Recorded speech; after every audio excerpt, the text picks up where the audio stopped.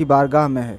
इस वक्त हम 22 खाजगान की चौखट निज़ामुद्दीन की दिल्ली में तुर्कमान गेट पे हज़रत शाह तुर्कमान बियाबानी रहमतुल्लाह अलैह का आस्थाना है। उसी दरगाह की तस्वीरें आप देख रहे हैं और हज़रत तुर्कमान बियाबानी रहमतुल्लाह अलैह के साहिब सज्जादा सैयद आज़म अली निज़ामी साहब हमारे साथ मौजूद हैं और साथ ही जनाब सैयद शादाब हुसैन रिजवी अशरफ़ी साहब भी मौजूद हैं।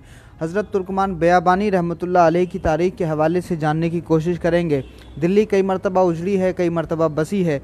जिन सूफ़ियों की हुकूमत आज से 700-800 साल पहले इस दिल्ली पर कायम हुई थी, आज भी उसी तरह से दिल्ली के दिल पर, दिल्ली वालों के दिलों पर हुकूमत इन सूफ़ियों की है, बुज़ुर्गों की है। आज़म अली निज़ामी साहब से सबसे पहला सवाल ये होगा आपके इस्तकबाल के साथ, निज़ामी साहब किस ज़माने के बुज़ुर्ग हैं हज़रत तुर्कमान बियाबानी रहमतुल्लाह अलैह, और क्या तारीख़ है, जो बैकग्राउंड है, कहाँ से आप माइग्रेट करके इस मुल्क में तशरीफ़ लाए हैं, इसके हवाले से कुछ। देखिए, जो तारीख़ के हवाले के हिसाब से हम देखें तो कुछ तारीख़ मिटती रही, बनती रही, कुछ हालात की गवाही देते रहे। हज़रत का ताल्लुक़ हज़रत शेख शहाबुद्दीन सोहरावर्दी रहमतुल्लाह अलैह से है और जिस वक्त यहाँ तशरीफ़ लेकर के आए तो इस वक्त ये जंगल बियाबान था, उसी वसीले से इनके नाम बियाबानी पड़ा। लेकिन जब जहाँ सूफ़ी बुज़ुर्ग अपनी जगह बना लेते हैं और ख़िदमत खल्क़ में लग जाते हैं तो बस उस जंगल में आकर के ये लोग उसको हरा भरा बना देते हैं। आज देखिए, जिस ज़माने में ये यहाँ पर आए थे तो उस ज़माने में यकीनन वसीले कुछ नहीं थे, लेकिन आज पूरी दिल्ली हरी भरी है और इसी हरी भरी दिल्ली से ये अपने रंग में, अपने शादाब में, अपने आप में बेहतरीन तरीके से लोगों के दिलों पर राज करती रही। सूफ़ी संतों ने अपने तरीक़े से लोगों की खिदमत अंजाम दी, लोगों के दिलों पर राज किया, उनको अपना बनाया, ये उनके बने। तो इन लोगों ने तमाम तरीक़े से, मुनासिब तरीक़े से इनके गले लगे और दिल्ली को सरशब शादाब किया और जो आक़ाए नामदार हज़रत मोहम्मद मुस्तफ़ा सल्लल्लाहु अलैहि वसल्लम की खिदमत खल्क़, खिदमत इंसानियत का काम था, उसको ये तमाम सूफ़ी हज़रात लेकर आगे बढ़ते रहे। आओ मिलजुल कर करें तूर की बिजली तक़सीम, आओ मिलजुल कर करें तूर की बिजली तक़सीम, रोशनी तुम में रहे और तड़प हम में रहे। इसी पैराए पर ये काम करते रहे और लोग एक दूसरे के साथ जुड़ते रहे। आज दिल्ली देखिए, दिल्ली को 22 खाजगान की चौखट कहा जाता है और ये 22 खाजगान की चौखट ऐसी नहीं है कि हज़रत ख्वाजा मोइनुद्दीन चिश्ती का यहाँ पर राज चल रहा है, हज़रत महबूब इलाही का यहाँ पर राज चल रहा है, हज़रत ख्वाजा कुतुबुद्दीन बख्तियार काकी, हज़रत शेख नसीरुद्दीन महमूद रोशन चिराग दिल्ली। कहने को ये फ़कीर हैं, लेकिन फ़कीरी में इन्होंने बादशाहत की है और हमें बादशाहत अता करी, सारे मामला अता हुए इनके। तो ये हमारी खुश नसीबी है कि हम इन बुज़ुर्गों के वसीले से इनकी खिदमत में हाजिर रहे और अल्लाह ताला ने हमको ये मामले अंजाम दिए। और देखिए, एक बात सुनिए, खाजगान की दरगाहें जो हैं, आप किसी भी जगह चले जाइए, मस्जिद में जाएंगे सिर्फ मुसलमान मिलेंगे, गुरुद्वारे में जाइए सिर्फ सिख मिलेंगे, चर्च में जाइए सिर्फ ईसाई मिलेंगे, मंदिरों में सिर्फ आपको हिंदू मिलेंगे। लेकिन ये हमारी खानकाहें ऐसी है कि जहाँ हर आदमी आकर अपनी अक़ीदत का इज़हार करता है, अक़ीदत के फूल पेश करता है और अपने नज़राना अक़ीदत यहाँ से झोली में भर करके लेके जाता है। वो यहाँ जिस वक्त आता है वो ये सोच के नहीं आता कि मैं किसी मुसलमान फ़कीर की दरगाह पे हाजिर हो रहा हूँ। वो सिर्फ और सिर्फ अपनी अक़ीदत का इज़हार करने आता है। खुदा उनके लोगों के रिश्ते हमारे साथ बनाए रखे और हम इन बुज़ुर्गों के राह रास्त पर चलते हुए इन दरगाहों को उरूज पर चलाते रहें और जो इनका मिशन था उस मिशन को आगे बढ़ाते रहें। यकीनन बुज़ुर्गों ने ये फरमाया भी है, माँ बराए वसल करदा नाम दी, ने बराए फसल करदा नाम दी। हम तो दुनिया में जोड़ने के लिए आए हैं, बांटने के लिए नहीं आए हैं और इसीलिए सूफ़ियों के आस्थानों पर टीका टोपी, पगड़ी टाई, बुरका साड़ी सब जमा होकर के अपनी अक़ीदतों का नजराना, मोहब्बतों का नजराना पेश करते हैं। निज़ामी साहब, तुर्कमान बियाबानी रहमतुल्लाह अलैह नाम है साहिब आस्थाना का और ये जगह जो है ये तुर्कमान गेट है, तो ये तुर्कमान गेट का नाम क्या साहिब आस्थाना की वजह से इस इलाके का पड़ा? देखिए, ये जो तुर्कमान गेट का नाम पड़ा, रज़िया सुल्तान इनकी मौतक़द थी, मदार उसके भी अंदर है रज़िया सुल्तान का।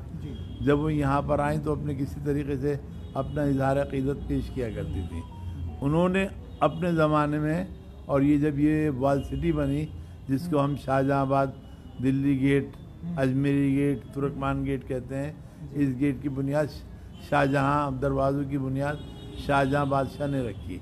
तो इस गेट का नाम उन्होंने हजरत के नाम नामी इसमें गिरावी पे रखा। अच्छा। और आज ये उन्हीं के नाम की यादगार है। अल्लाह का शुक्र है, एहसान है कि इस गेट की बदौलत हम भी कोशिश करते हैं कि इसको ज़िंदा जावेद बना के रखें और किसी न किसी तरीके से इन मामलात को ज़िंदा रखें। हम हर साल यहाँ उर्स करते हैं 23-24 रबीउल सानी को, और उस उर्स में हम हिंदुओं को भी बुलाते हैं, मुसलमानों को भी बुलाते हैं, स्पेशली तमाम लोगों को बुलाकर उनसे उनके जज्बात का इजहार अक़ीदत पेश करवाते हैं। वाह, सुभान अल्लाह। तो बनिया हमें भी ताकत जी मिलती है और तमाम जो लोग यहाँ पर होते हैं उनको भी ताकत मिलती है। यकीन। शेख सादी ने फरमाया, बनी आदम आज़ाए यक दीगरन के दर आफरीनश जयक जोहरन, के दुनिया के जितने भी इंसान हैं, दुनिया में जितने भी लोग हैं, सब के सब आदम के बच्चे हैं। और जिस तरह से जिस्म होता है, एक जिस्म के आज़ा होते हैं, दुनिया के तमाम इंसान इसी तरह से इंसानी वजूद का हिस्सा हैं।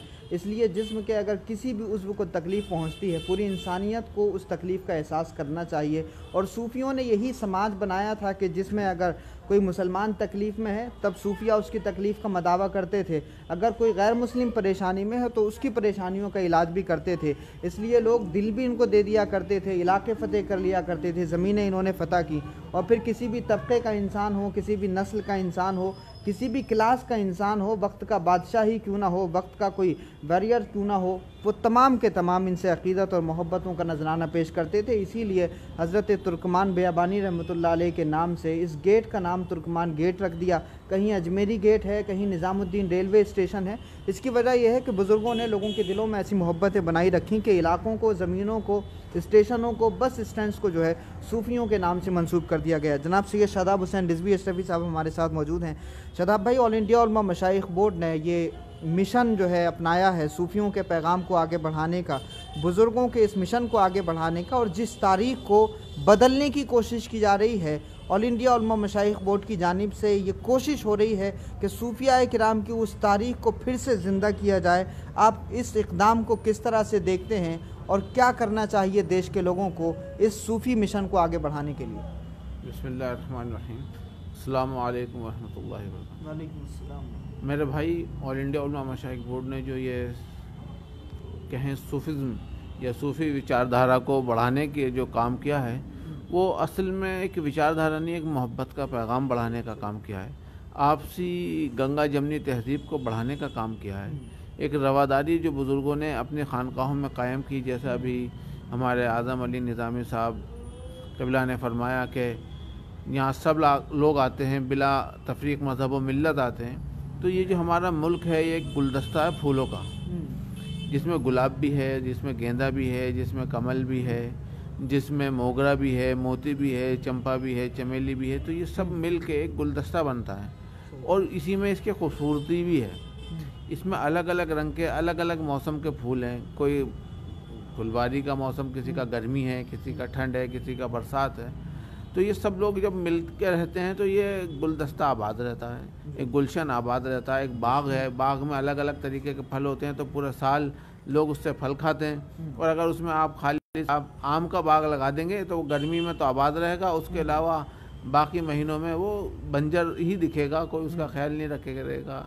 तो इसी तरह से जो सूफियों ने एक विचारधारा लाई, ये असल में ऐन इस्लामी विचारधारा है कि आप किसी से नफ़रत मत कीजिए। गरीब नवाज ने फरमाया था कि मोहब्बत सबसे, नफ़रत किसी से नहीं। तो उसका मकसद यही है कि आप मोहब्बतों को आम कीजिए, मोहब्बतों को बढ़ाइए। वो जो तारीख़ जिसको लोग मिटाने की कोशिश कर रहे हैं, वो असल में तारीख़ नहीं, मोहब्बतें मिटाने की कोशिश कर रहे हैं, आपसी रवादारी मिटाने की कोशिश कर रहे हैं। जिसके बदल में आज हम जगह जगह देखते हैं कि फ़लाँ ने फ़लाँ को मार दिया, फ़लाँ ने उसकी लिंचिंग कर दी, फ़लाँ ने ये कर दिया। तो ये सब चीज़ें इस विचारधारा के ख़त्म होने की वजह से ही हो रही हैं। क्यों ख़त्म होने की कह रहा हूँ कि ख़त्म करने की लोग इसको कोशिश कर रहे हैं, और इंशाअल्लाह अल्लाह की ज़ात से उम्मीद है कि ये विचारधारा, यह मोहब्बतों का पैगाम ता क़यामत जारी और सारी रहेगा। इनके आंगन हमेशा हमेशा सरसब्ज़ और शादाब रहेंगे, आबाद रहेंगे, यहाँ रौनकें रहेंगी, और इस रौनकों में सबकी खुशी होगी और सबके भले में हमारा ही भला होगा। यकीनन दुनिया के अलग अलग मुल्कों की मुख्तलिफ शनाख्त है, कोई हाइड्रोजन बम बना रहा है, कोई एटम बम बना रहा है, लेकिन हमारे मुल्क की अंतर्राष्ट्रीय स्तर पे जो पहचान है वो यूनिटी इन डाइवर्सिटी है, अनेकता में एकता है, गंगा जमनी तहजीब है। और इसी डाइवर्स सोसाइटी की जो बुनियाद रखने वाली शख्सियात हैं वो यही सूफिया किराम हैं कि जिन्होंने आपसी सौहार्द को बढ़ावा दिया, कम्युनल हारमोनी को प्रमोट किया, पीसफुल को एग्जिस्टेंस को प्रमोट किया, टॉलरेंस को प्रमोट किया। और इसी वजह से आज तक इनकी दरगाहों में, इनकी बारगाहों में कभी किसी को रोका नहीं जाता। मुसलमानों ने हालात के साथ में तरक्की की, मस्जिदों में स्टिकर तक लगा दिए गए कि इस मस्जिद में फ़लाँ तबके का आना मना है, लेकिन आज भी दरगाहों में कभी किसी को नहीं रोका जाता, सबका वेलकम किया जाता है, न जाति के नाम पर न धर्म के नाम पर, कभी किसी के साथ में भेदभाव नहीं होता। एकता, अखंडता, पवित्रता, भाईचारा अगर आज भी कहीं देखना है तो ये सूफियों की दरगाहें हैं कि जहाँ पर सब आपको मिल सकते हैं। इसीलिए ऑल इंडिया उलमा मशाइख बोर्ड ने यह तय किया है कि मोहब्बत के इस मिशन को दोबारा से ज़िंदा किया जाए और इस मुल्क की जो जड़ें हैं फिर से मजबूत की जाएँ, ताकि हम फिर से अखंड भारत बन सकें। और इस मिशन का हिस्सा होने के लिए आप भी इस वीडियो को आगे बढ़ा सकते हैं। बहुत शुक्रिया। अस्सलाम वालेकुम रहमतुल्लाहि व बरकातुहू।